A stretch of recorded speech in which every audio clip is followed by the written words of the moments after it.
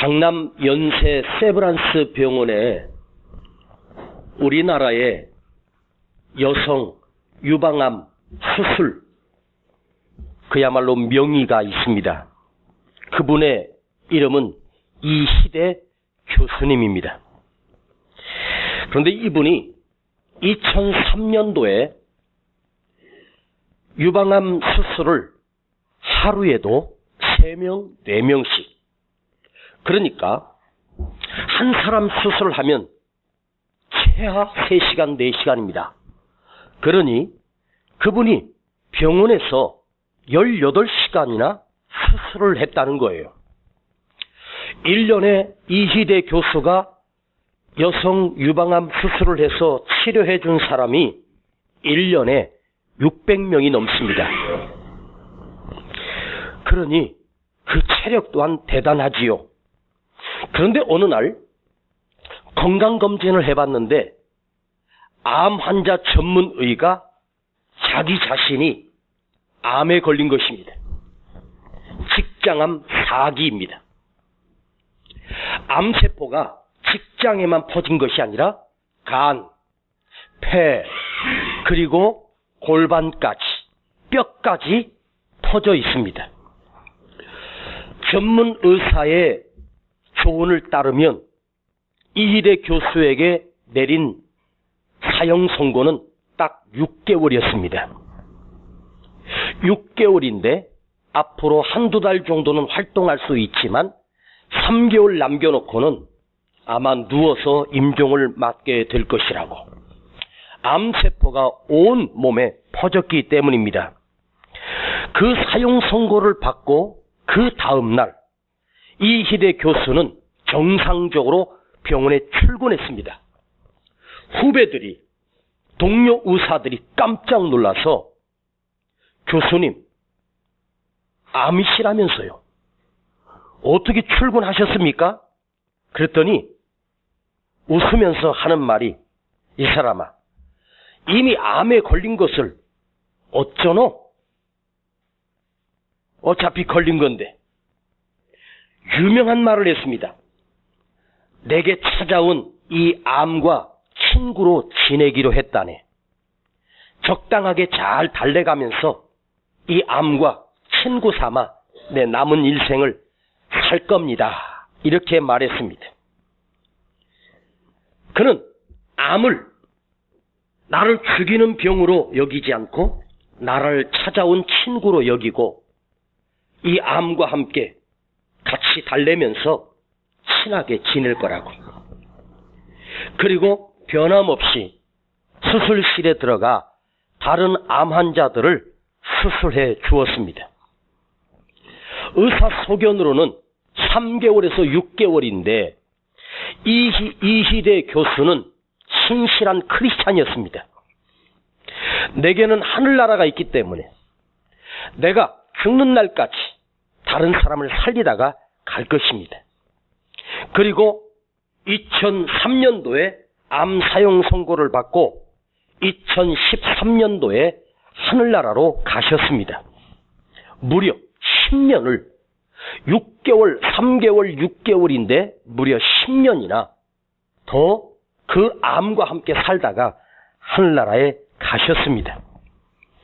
난 이분의 이야기를 들으면서 진짜 이분이야말로 진짜 크리스찬이구나, 진짜 예수 믿는 사람이구나 하는 생각을 하게 됐습니다. 여러분이 볼 때 길에서 어떤 사람이 크리스찬이고 어떤 사람이 비크리스찬인지를 어떻게 구별할 수 있을까요? 예수 믿는 사람과 예수 믿지 않는 사람이 어떤 차이가 있을까요? 길을 다니는 사람들 중에 얼굴 모습만 보고 외형만 보고 믿는 사람과 불신자를 구별할 수는 없을 것입니다. 왜냐하면 예수 믿는 것과 믿지 않는 것은 겉으로 드러난 겉모습으로 판단되어지는 것이 아닙니다. 평상시에는 똑같은 모습으로 똑같은 삶으로 살아가는 것처럼 보입니다. 그런데 언제 믿는 사람이 그 표식이, 믿는 사람의 그 의미가 확연히 달라집니까? 바로 어려운 일을 만났을 때입니다. 고통을 만났을 때입니다. 결정적인 문제를 만났을 때 그 문제 앞에 어떻게 반응하는가? 그 문제를 맞이하는 자세가 어떠한가에 따라 이 사람은 그리스도인이구나. 이 사람은 예수 믿는 사람이구나. 이 사람은 믿지 않는 사람이구나. 딱 차이가 나게 되어 있습니다. 예수 믿는 사람은 고비를 만났을 때, 위기를 만났을 때 세상 사람들은 이렇게 표현합니다. 큰일 났다. 큰일 났어. 이제 끝났어. 하는데 사실 뭐가 끝났는데요? 여러분, 우리 믿는 사람은 큰일 났다고 말하지 않습니다. 좀 큰일 났다고 해도 그걸 티를 내지 말고 이희대 교수처럼 어차피 암에 걸린 걸 어떻게 하노? 나는 암과 친구 삼아 살 거라고. 여러분, 예수 믿는 사람은 티가 나야 됩니다. 평상시 나는 게 아니라 고비를 만났을 때, 위기를 만났을 때 좀 달라야 되는 거 아니에요? 근데 우린 똑같이 큰일 났다. 좌절하고 낙심하고. 오늘 여러분, 이런 말이 있습니다. 피할 수 없다면 즐겨라. 내가 그 문제를 피할 수 없다면 오히려 즐겨라. 즐겨. 여러분, 힘들 때 죽겠다 하면 진짜 힘들어요. 많은 암 환자들이 암 때문에 죽는 게 아니고 암이라는 사형 선고를 받고 죽어요. 암은 얼마든지 극복할 수 있고 이길 수 있는데 스스로 나는 이제 끝났구나. 여러분, 그 문제가 나를 둘러풀 것 같지만 그 문제 때문에 내가 스스로 무너지는 거예요.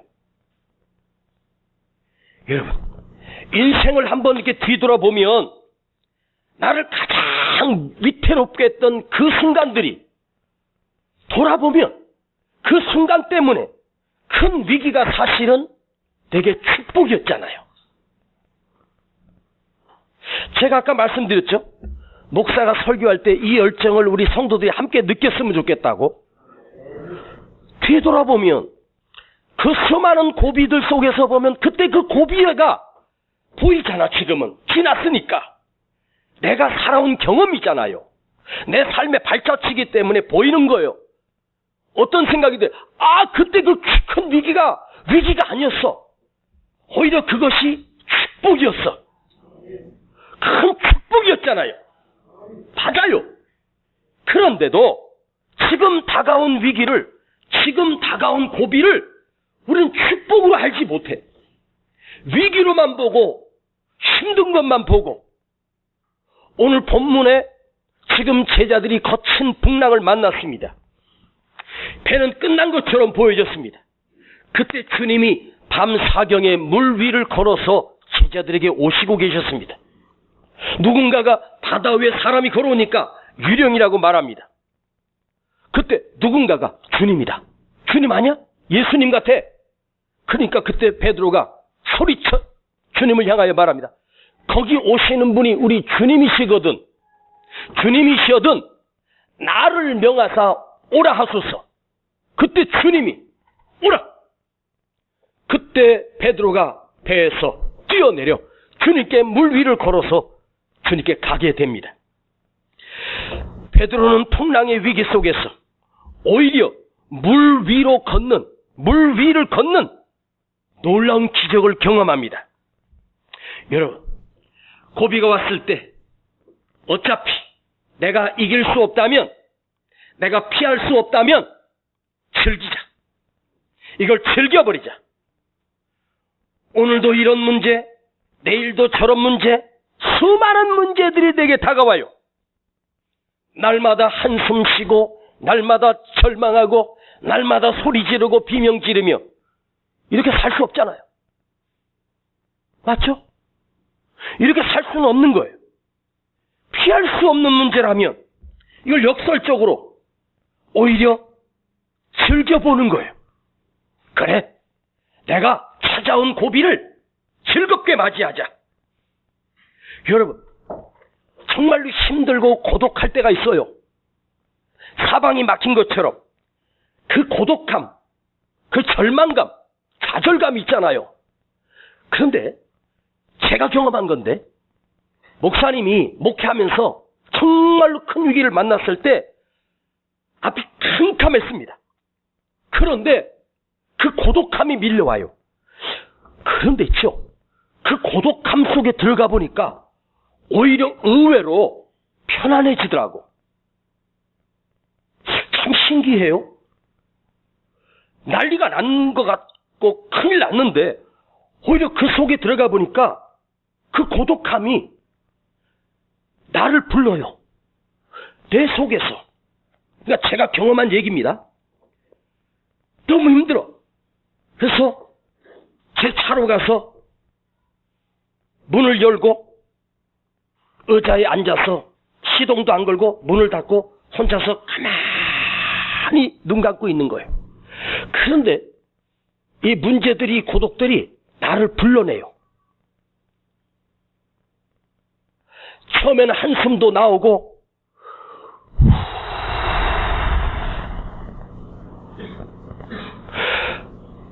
방법이 없어. 해결할 수가 없는 것 같아. 그런데 그 고독이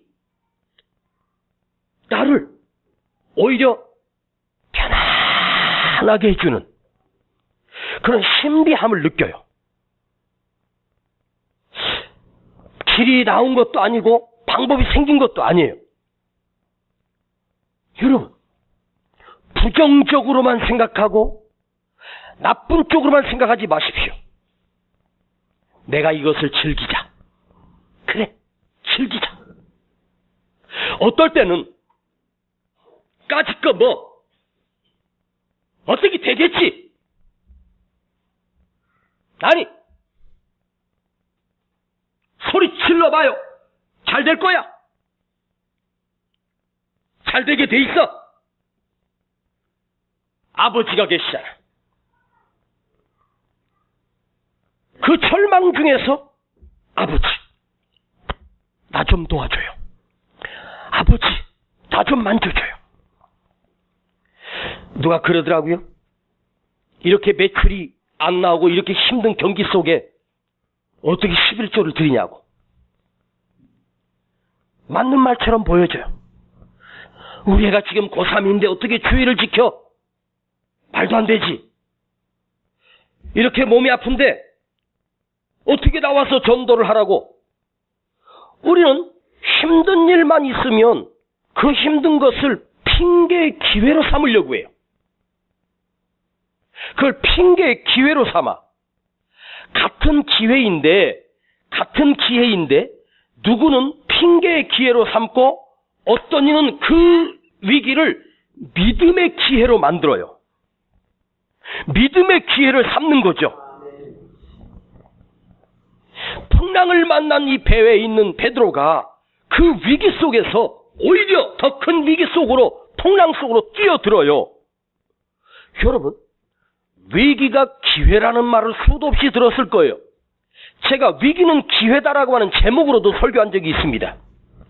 자, 위기가 어떻게 기회가 될까?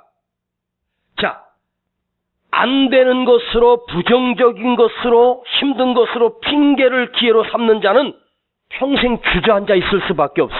그러나 이 위기를 기회로 삼는 사람은 오히려 이걸 믿음의 기회로 삼는 거예요. 내가 주님께 더 가까이 갈 수 있는 기회고, 내가 더 기도할 수 있는 기회로 삼고, 더 순종할 수 있는 기회로 삼아요. 그러면 그 위기가 오히려 놀라운 축복의 기회가 된다는 것을 여러분 반드시 기억하십시오. 할렐루야.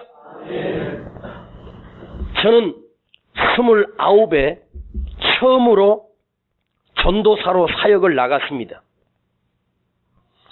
그리 큰 교회는 아닙니다.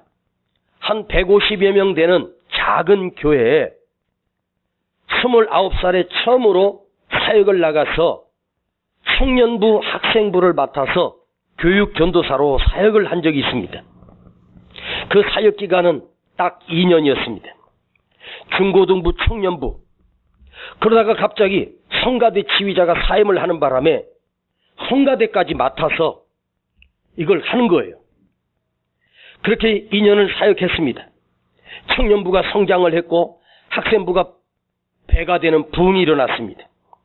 그런데 그때 어떤 집사님 한 분이 그 교회에 새로 오셨습니다. 그런데 이 집사님이 오니까 목사님이 얼마나 좋아하시겠습니까? 그런데 이 집사님은 사업을 하시는 분이라고 해요. 사실은 무슨 사업을 하는지는 몰라요. 그런데 그 부부가 와서 얼마나 열심히 충성을 하는지 언제 얼마 만에 담임 목사님이 그 집사를 굉장히 사랑하고 인정을 해준 거예요. 그 집사님이 오자마자 교회 필요한 복사기도 자기 돈으로 사고 뭣도 하고 아주 열심히 했습니다. 그러니까 담임 목사님 입장에서는 새로운 성도가 열심히 하고 또 목사님 또 도서비 하라고 한 달에 100만 원씩 드리고 뭐 이러니까 그 목사님이 그 집사님을 아주 애지중지했었습니다. 한 2달 지났나요? 어느 날 목사님이 저를 부르더니 이전도사, 네, 성가대 그 집사님한테 맡기지? 네, 알겠습니다. 그자도 힘들었는데. 근데 그 집사가 와서 성가대를 지휘를 하는 거예요. 좀 있으니까 목사님이 또 나를 불러요. 그 청년부, 그 집사가 하고 싶다는데 하게 해주지? 예. 그 다음 주에 갔더니 학생부도 하고 싶다는데 하지? 그럼 저는 뭐 할까요? 이 전사는 아무것도 하지 말고 그냥 가만히 있어. 제가 그 교회에서 사례비를 20만 원 받았고 11조를 40만 원 했습니다. 제가 그 당시에 수입이 상당했습니다. 그러니까 저는 가만히 있어도 교회에서 사례비 20만 원 받지만 제가 헌금하는 거랑 하여튼 훨씬 더 많습니다. 저는 사례비를 받고 사역한다고 하지 않았어요. 그런데 가만히 생각해 보니까 여기저기서 집사님들이 불만이 나오기 시작하는 거예요. 한 사람에게 집중되니까. 그날 주일날 아무것도 안 하고 혼자 있는데 날 보러 아무것도 하지 말래. 청년부가 부흥되고 학생부가 부흥되고 성가대가 조직이 돼서 성가대가 이렇게 갖춰졌어요. 근데 날 보러 아무것도 하지 말라 하더라고요. 그래서 그 주일날 예배를 어떻게 드렸는지 뭐를 했는지 아무 기억이 안 나요. 아, 내 사역은 여기까지이구나. 내가 이 교회에서 할 일이 이제 없구나. 그러면서 뭔가를 또 하고 싶었는데 하려고 하면 목사님 불러가지고 왜 설쳐? 가만히 있지.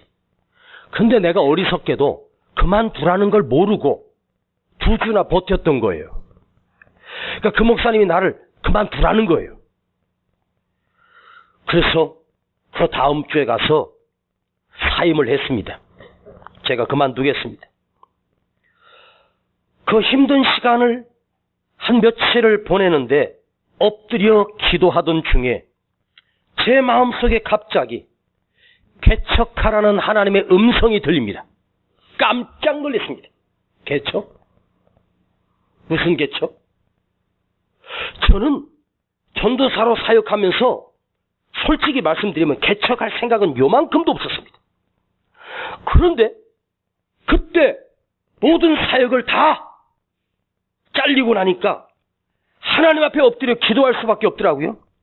아버지, 다른 교회 가서 사역할 수 있도록 길을 열어달라고 기도하는데 주님은 저에게 개척하라는 거예요. 전혀 개척할 생각이 없었습니다. 만일 그냥 순탄했다면 지금까지 그냥 전도사로 부교육자로 그냥 사역하다가 말았겠죠. 근데 주님은 그 위기의 기회에 저에게 개척하라는 음성을 들려주셨습니다. 여러분,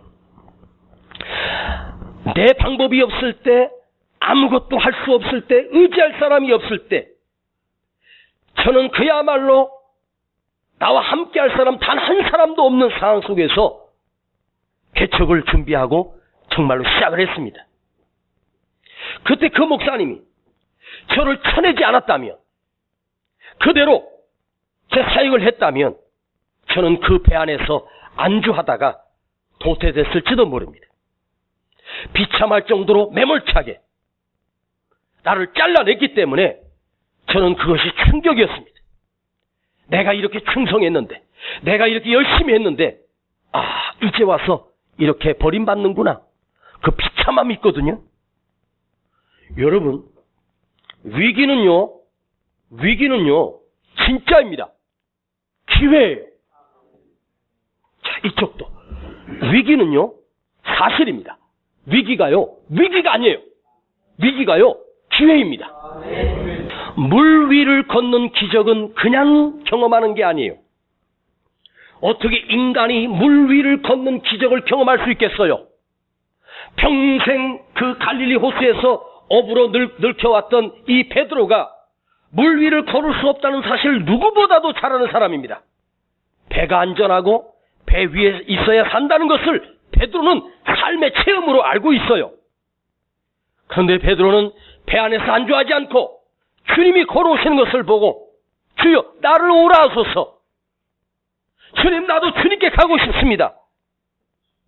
여러분, 배 안에서 안주하는 자는 결코 죽어도 물 위를 걷는 기적을 경험할 수가 없어요. 이 본문 있는 말씀을 가지고 제가 어렸을 때 주일학교 선생님이 분반 공부를 할 때 제가 기억이 생생해요. 어떻게 그 선생님이 설교를 해줬냐면, 성질 급한 베드로가 갑자기 뛰어내려가지고 주님만 힘들게 하고 물에 빠져 죽을 뻔하지 않았냐고 이렇게 설교하시더라고요. 이건 분명히 본문을 잘못 묵상한 거예요. 자, 28절 보세요. 만일 주님이시거든, 주님이시라면 나를 오라 하소서. 그때 주님이 뭐라 그래? 오라. 베드로는 그냥 뛰어내린 게 아니고 주님께 물었어요. 주님께 응답받고 뛰어내린 거예요. 성질 급해가지고 그냥 뛰어내렸다가 주님 빠져가지고 어찌하여 믿음이 없느냐 하면서 난리법석을 떨고 왜 이 짓을 했냐고. 그게 아니란 말이에요. 주님이 응답하셨고 허락하셨어요.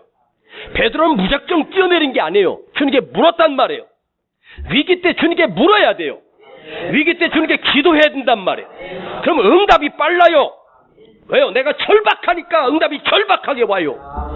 내가 위급하니까 응답도 위급하게 빨리 와요. 알아요? 평안할 때는요, 응답이 늦어. 근데요, 위기 때는요, 나도 모르게 기도가 위기가 돼. 절박할 때는 기도가 절망적인 기도가 나와. 에? 정말로 간절한 기도가 저절로 나와. 그러니 그 기도는 응답도 빨라요. 할렐루야. 베드로가 성질 급해가지고 뛰어내린 게 아니고 응답을 믿고 믿음으로 뛰어내렸단 말이에요. 그때 주님이 책임져 주시잖아요. 할렐루야. 잠깐 물에 빠지는 경험을 했어요. 그러나 베드로가 죽었습니까? 아닙니다. 주님이 다시 잡아 이렇게 세워주셨습니다. 여러분, 우리는 이 시대를 살면서 너무 약해. 에? 사투리도 너무 약해. 왜 이렇게 약해? 에? 무슨 상처가 그렇게 많고 무슨 어려움이 그렇게 많고. 그래 내가 진짜 뭐가 그렇게 힘든데 얘기해봐. 안 하더라고. 그래서 내가 자꾸 물으니까, 얘기를 하는데 들어보니까 어이가 없어. 아니, 문제 이 정도 되는 게 아니고 이거는 어이가 없네. 뭐 조금만 어려면 끝났다 그러고, 조금만 힘들면 힘들다, 어렵다. 여러분, 문제는요 항상 있었어. 오늘만 있는 게 아니고 어제도 있었고 그제도 있었고 평생 어떤 역사도 어느 시대든 문제는 있어. 앞으로도 있을 거란 말이에요. 베드로는 그 위기 속에서, 풍랑 속에서 주님 하나 믿고 풍랑을 향해 뛰어내립니다. 그게 믿음이요 용기였습니다. 자, 이제 좀 더 깊은 메시지를 묵상해 보겠습니다. 지금 여러분, 베드로가 뛰어내린 그 배는 제자들이 타고 갔던 배였습니다. 그런데 배 안에 주님이 계셨습니까? 주님은 배 밖에 계셨습니까? 주님은 풍랑 위에 서 계셨습니다. 자기가 타고 있던 배 안에 주님이 계시지 않았습니다. 일렁이는 풍랑 위에 주님이 서 계십니다. 배가 나를 지켜주고 그 배가 나를 보호할 것처럼 보이십니까? 배가 더 안전한 것처럼 보이시죠?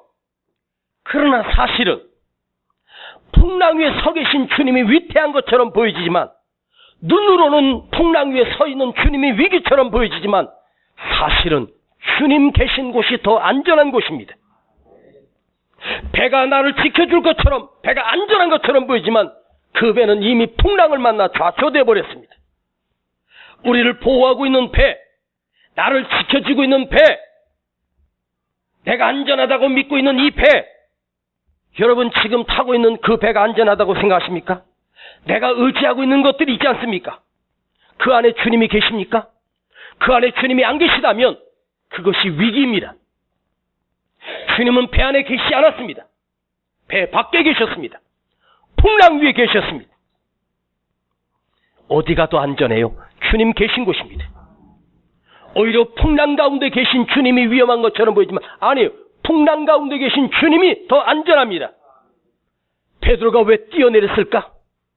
한번 걸어보려고? 그 기적을 경험해 보려고? 아닙니다. 그 경험해서 뭐 하려고? 베드로는 더 안전한 곳으로,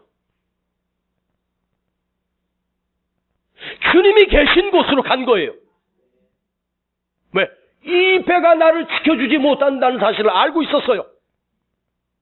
보이는 것은 주님이 계신 곳이 위기처럼 보이지만 주님이 계신 곳보다 더 안전한 곳이 없잖아요. 할렐루야. 주님이, 즉 배보다 저 밖에 계신 주님을 더 의지한 거예요.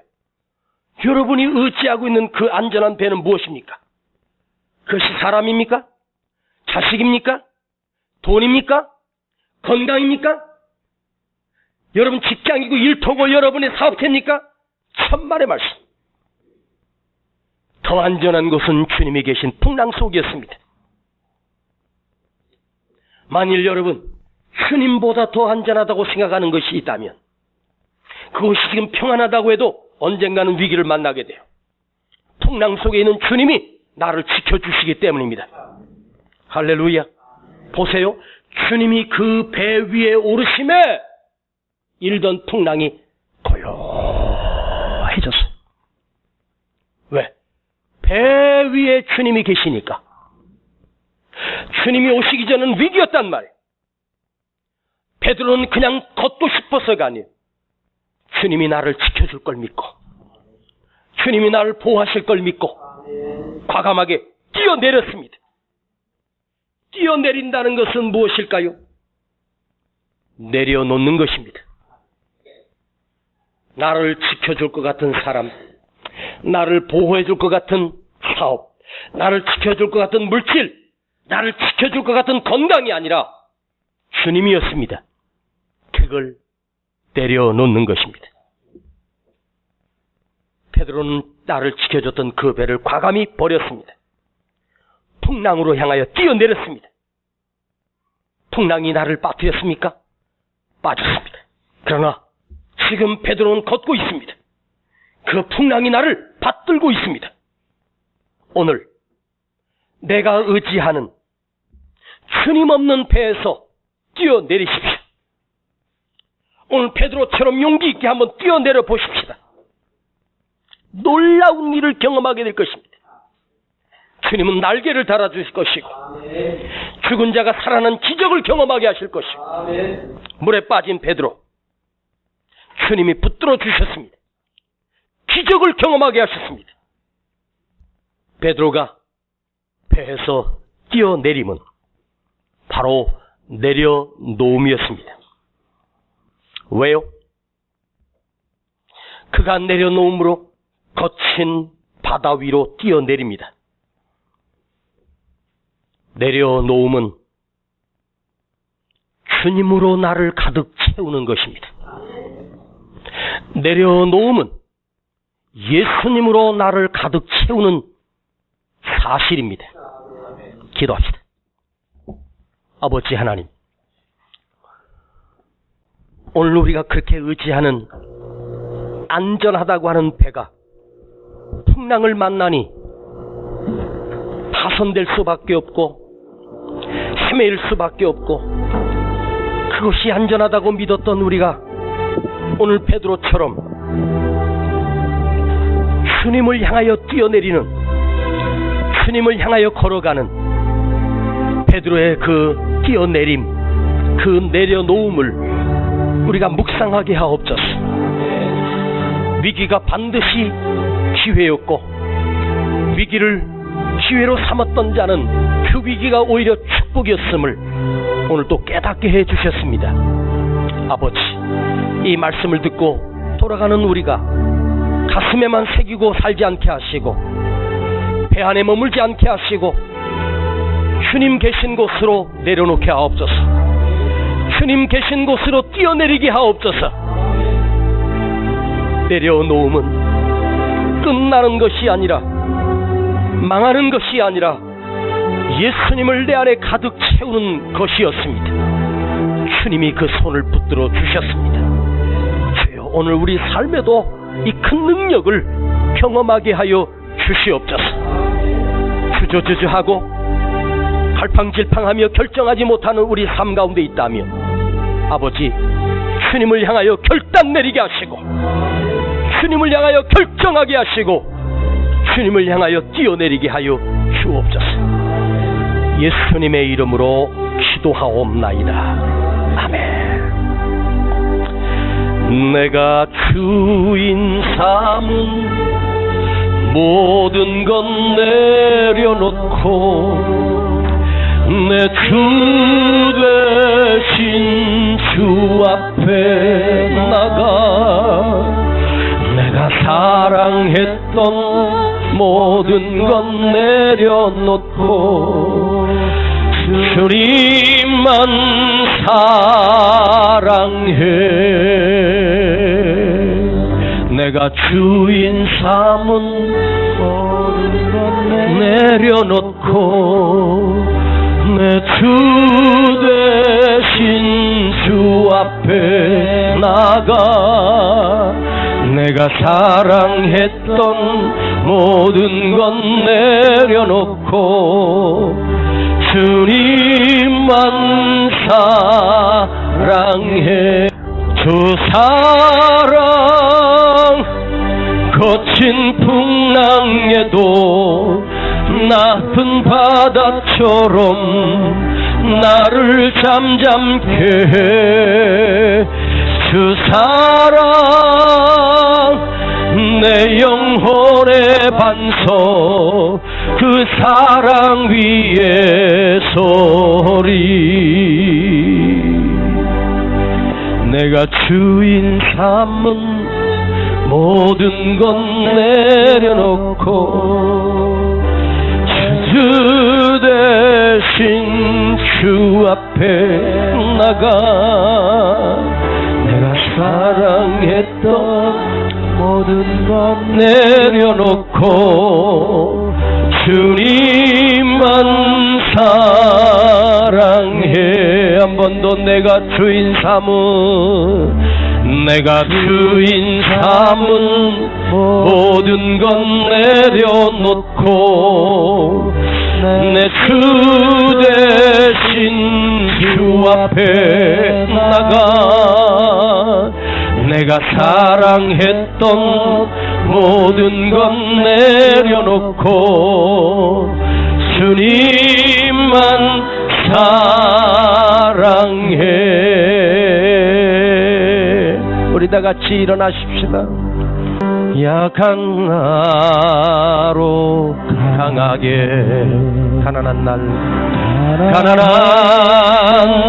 부하게, 눈먼 날 볼 수 있게 주 내게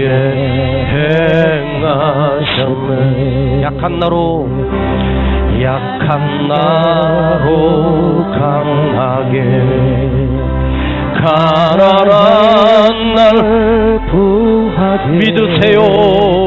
눈먼 날 볼 수 있게 주님이 은혜게 행하셨네. 두 손을 가슴에 오고 눈을 감고 제가 부를게요.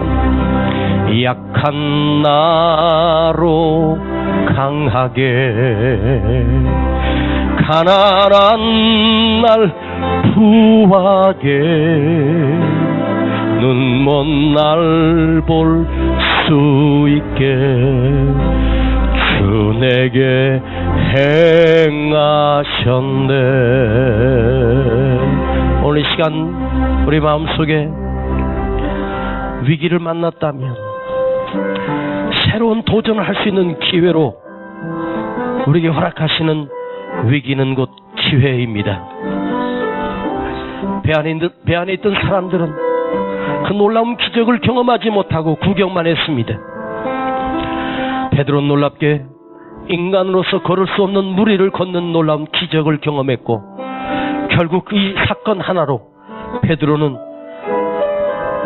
수제자가 되는 자리에 우뚝 섰고 예루살렘 교회를 흔드는 위대한 지도자로 세움을 받게 됩니다. 여러분, 과감하게 내려놓으십시오. 과거 썩어질 것 붙들고 살지 마십시오.